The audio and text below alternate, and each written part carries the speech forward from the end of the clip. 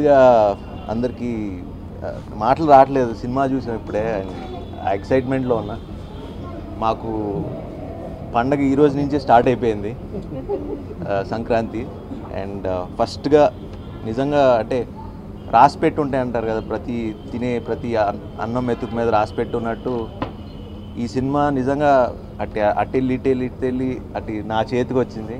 And life long ఈ cinema గుర్తుపెట్టుకునే cinema నాకు.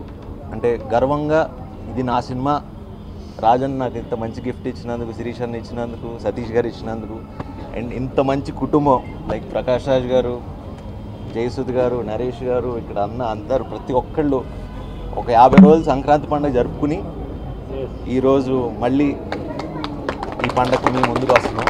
So మీ అందరు దీవెన కావాలి. అండ్ తప్పకుండా ఈ సినిమా అంటే ప్రతి తెలుగు వాళ్ళు ఈ సినిమా చూసి మన సినిమా అని గర్వంగా చెప్పుకునే సినిమా శతమానం భవతి.